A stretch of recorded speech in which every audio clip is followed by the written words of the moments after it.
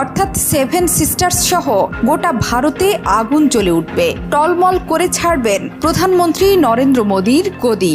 মোদী বাবু, আপনার পার্টিকে দিয়ে আগুন লাগাচ্ছেন, মনে রাখবেন বাংলায় যদি আগুন লাগান আপনার চেয়ারটা আমরা টলমলো করে দেব।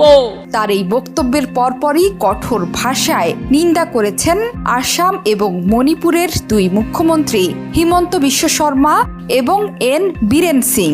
তারা বলেছেন, মমতার এত সাহস কিভাবে হলো যে তিনি সরাসরি এভাবে হুমকি দিচ্ছেন। যেদিন থেকে বিজেপি ক্ষমতায় এসছে বাংলার জন্য এক অভিশাপ হয়ে গেছে।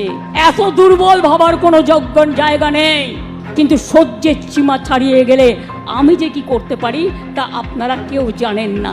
তার কারণ I am the product of the movement. আমার জন্ম হয়েছে আন্দোলনের মধ্যে দিয়ে, মৃত্যু হবে আন্দোলনের মধ্যে দিয়ে। কার ক্ষমতা আছে দেখি